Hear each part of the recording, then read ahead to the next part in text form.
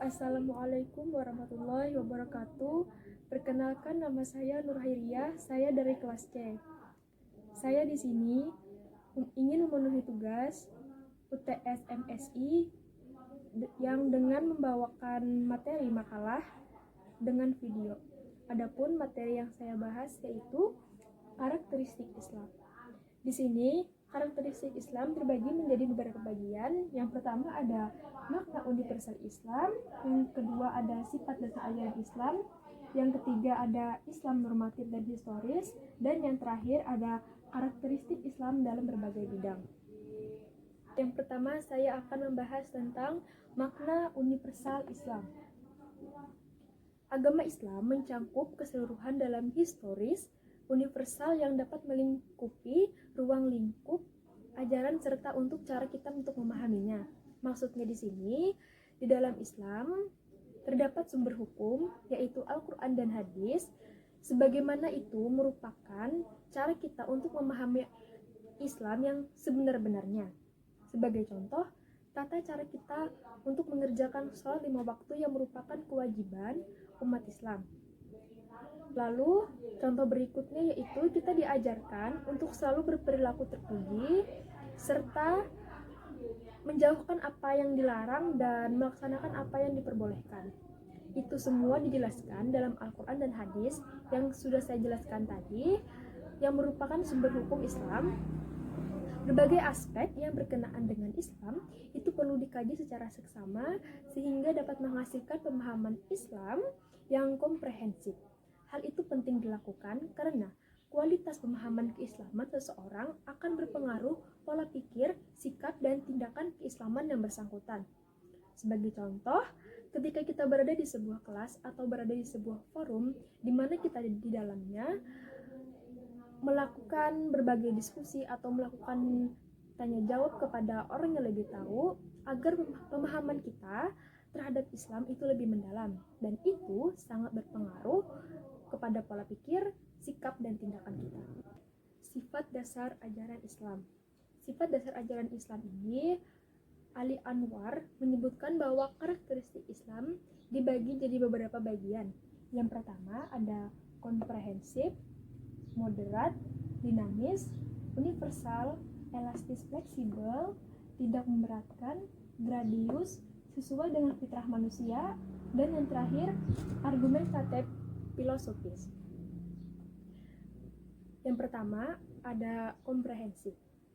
Walaupun umat Islam itu berbeda-beda bangsa dan berlainan suku, dalam menghadapi asas-asas umum, umat Islam bersatu padu untuk mengamalkan asas-asas tersebut.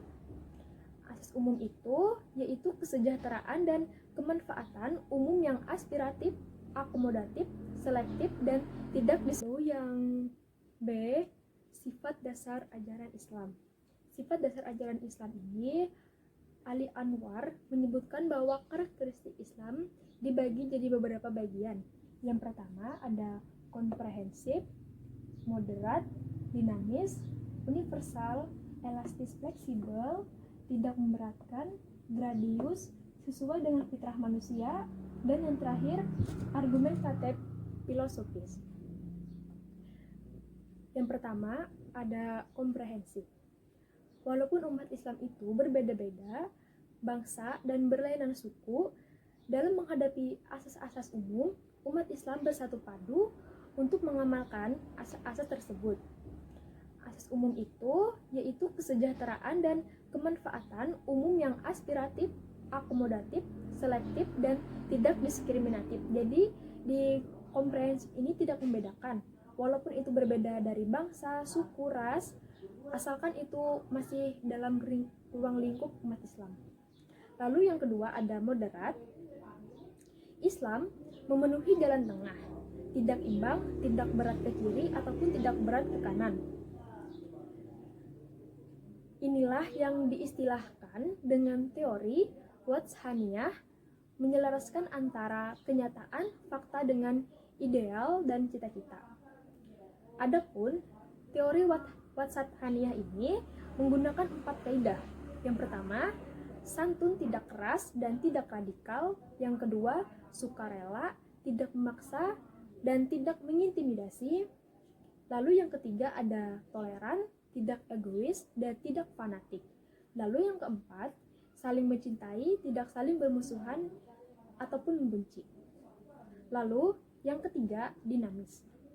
Ajaran Islam mempunyai kemampuan bergerak dan berkembang, mempunyai daya hidup, dapat membentuk diri sesuai dengan perkembangan dan kemajuan manusia. Ajaran Islam terpancar dari sumber luar dan sumber dalam, yaitu Islam yang memberikan sejumlah hukum positif yang dapat dipergunakan. Lalu ada universal. Ajaran Islam tidak ditunjuk kepada satu kelompok ataupun satu bangsa, melainkan sebagai rahmatan lil alamin. Sesuai dengan misi yang diemban oleh Rasulullah SAW, Islam diturunkan untuk dijadikan pedoman hidup seluruh manusia untuk meraih kebahagiaan dunia dan akhirat. Yang kelima ada elastis dan fleksibel. Ajaran Islam berisi disiplin-disiplin yang dibebankan kepada setiap individu. Disiplin tersebut wajib harus dilakukan. Jika tidak dilakukan, maka akan berdosa. Meskipun jalurnya sudah jelas membentang, dalam keadaan tertentu terdapat kelonggaran-kelonggaran yang disebut dengan rukhas. Kelonggaran tersebut menunjukkan bahwa ajaran Islam bersifat elastis, luwes, dan manusiawi. Demikian pula adanya qiyas, ijtihad, ikhtisan, maksud saya ikhtisan, dan mursalah merupakan salah satu keluar dari kesempitan. Lalu yang berikutnya gradius, atau yang disebut dengan berangsur-angsur. Ajaran Islam diberikan kepada manusia secara psikologis sesuai dengan fitrahnya sendiri. Apabila ajaran tersebut diturunkan sekaligus, akan sangat kesulitan bagi manusia untuk menjalankannya ataupun memahaminya. Oleh karena itu, Allah menurunkan ajaran Islam secara berangsur-angsur agar manusia melaksanakan dengan sebaik-baiknya. Selanjutnya, sesuai dengan fitrah manusia. Ajaran Islam sesuai dengan fitrah manusia dalam arti sesuai dengan watak, hakiki, dan asli yang dimiliki oleh manusia. Dengan demikian, ajaran Islam yang sesuai dengan fitrah manusia memberikan keterangan yang pasti tentang kepercayaan asli dan hakiki yang ada dalam manusia. Artinya, kondisi awal ciptaan manusia memiliki potensi untuk selalu mengetahui dan cenderung kepada kebenaran yang ada dalam Al-Quran yang disebut dengan Hanif. Argumentatif filosofis. Tidak cukup dalam menerapkan persoalan-persoalan dengan mengandalkan doktrin, lugas, dan instruksi keras. Demikian pula, tidak cukup sekedar berdialog dengan hati dan perasaan serta mengendalikannya untuk menjadi dasar pedoman. Akan tetapi, harus ada mengikuti dan menguasai segala persoalan dengan disertai alasan yang kuat atau argumentasi yang kuat. Contohnya, ketika seseorang menjelaskan, harus dengan didasarkan, misalnya contohnya mengaitkan dengan hadis-hadis Nabi. Itu yang dimaksud dengan argumentasi yang akurat. Lalu materi yang selanjutnya, yang C, Islam normatif dan historis. Islam normatif dalam bahasa Inggris norma, yang artinya ajaran atau acuan. Dalam bahasa Indonesia yaitu ukuran yang menentukan sesuatu. Islam normatif dalam Islam sebagai wahyu, Islam yang diwahyukan kepada Nabi Muhammad SAW untuk kedamaian, keselamatan, kebahagiaan dunia dan akhirat. Islam normatif ini adalah Islam yang benar, yaitu yang bersumber dari firman Allah Subhanahu wa taala, dan Islam yang benar adalah Islam yang bersumber pada Al-Qur'an dan hadis. Pendekatan Islam normatif ini dalam memahami agama secara harfiah dapat diartikan sebagai upaya memahami agama dengan menggunakan kerangka ilmu ketuhanan yang bertolak dari sesuatu keyakinan bahwa wujud empirik dari suatu keagamaan dianggap sebagai yang paling benar dibandingkan dengan yang lain. Selain itu, pendekatan normatif juga merupakan suatu pendekatan yang memandang agama dari segi ajaran yang pokok dan asli dari Tuhan, yang di dalamnya belum terdapat penalaran dari manusia. Lalu yang kedua ada historis. Historis dalam Kamus Besar Bahasa Indonesia bermakna sejarah, kejadian yang ada hubungannya dengan masa lampau. Islam historis adalah Islam yang dianut dan yang dipraktekkan kaum muslimin di seluruh dunia. Mulai dari masa Rasulullah hingga saat ini, Islam yang benar adalah Islam yang berpanutan Al-Quran dan hadis. Jika Islam yang benar, yaitu yang diajarkan Nabi Muhammad SAW, disebut dengan ajaran Islam normatif, maka Islam yang senyatanya ada di kalangan masyarakat inilah yang disebut dengan Islam historis. Jadi, Islam historis adalah Islam yang bersejarah. Yang selanjutnya yaitu karakteristik Islam dalam bidang akidah, ibadah, sosial, pendidikan, dan ilmu pengetahuan. Dalam bidang akidah, pada kitab Mujam al-Fasafi, Jamil Salibah mengartikan akidah menurut bahasa adalah menghubungkan dua sudut sehingga bertemu dan bersambung secara kokoh. Karakteristik Islam yang dapat diketahui melalui akidah ini adalah bahwa akidah Islam bersifat murni, baik dalam maupun isinya ataupun prosesnya, yang diyakini dan diakui sebagai Tuhan yang wajib disembah hanyalah Allah. Keyakinan tersebut sedikit pun tidak boleh diberikan kepada yang lain, karena akan berakibatkan kemusyrikan yang berdampak pada motivasi kerja yang tidak sepenuhnya didasarkan atas panggilan Allah.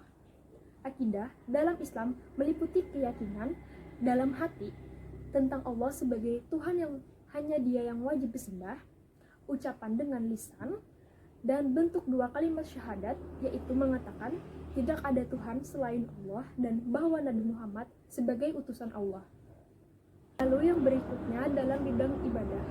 Secara harfiah, ibadah berarti bukti manusia kepada Allah karena didorong dan dibangkitkan oleh akidah Tauhid Majelis Tarjih Muhammadiyah dengan lengkap mendefinisikan ibadah sebagai upaya mendekatkan diri kepada Allah Subhanahu. Lalu yang berikutnya dalam bidang sosial. Karakteristik Islam di bidang sosial ini termasuk yang paling menonjol karena seluruh bidang ajaran Islam dalam bidang sosial ditunjukkan untuk mensejahterakan manusia. Namun, khusus dalam bidang sosial ini, Islam menunjukkan tinggi sifat tolong-menolong, saling menasehati, tentang hak dan kesabaran, kesetiakawanan, egaliter, kesamaan derajat, tenggang rasa, dan kebersamaan. Ukuran tinggi derajat manusia dalam pandangan Islam bukan ditentukan oleh nenek moyang, kebangsaan, warna kulit, bahasa, dan ras atau jenis kelamin yang berbau rasialis, tetapi ditentukan oleh ketakwaan yang ditunjukkan oleh prestasi kerjanya yang bermanfaat bagi yang berikutnya dalam bidang pendidikan. Islam memandang bahwa pendidikan adalah hak bagi setiap orang, laki-laki ataupun perempuan, dan berlangsung sepanjang hayat, tidak terbatas oleh umur, asalkan dia masih bisa mencakup pendidikan tersebut. Dalam pendidikan, Islam memiliki rumusan yang jelas dalam bidang tujuan, kurikulum, guru, metode, sarana, dan lain sebagainya.